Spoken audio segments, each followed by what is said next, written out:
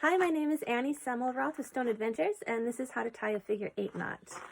We're going to start with taking a bight of rope. A bight of rope is taking a single rope and folding it kind of in half. So we have a loop on top. This is the bight. So once we have that, I'm going to keep in mind my tail is over here on my thumb side, and the other longer side of the rope is at my pinky.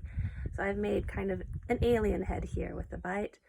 Now I'm going to take the tail, wrap it all the way around the back of this rope, back to the front, and now thread it through or stab the alien in the face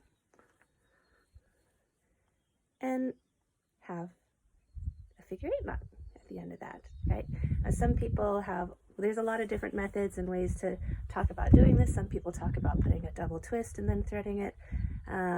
One thing to keep in mind if you use this technique, taking a bight of the rope and wrapping it around like that, you may notice that sometimes you get the 8 and sometimes you get something that looks like this. That's because the tail was on the wrong side when you started.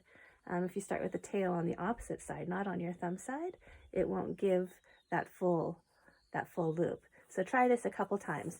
Make sure the tail is, say, on the inside with your thumb side, and then wrap all the way around for the 8. Ta-da!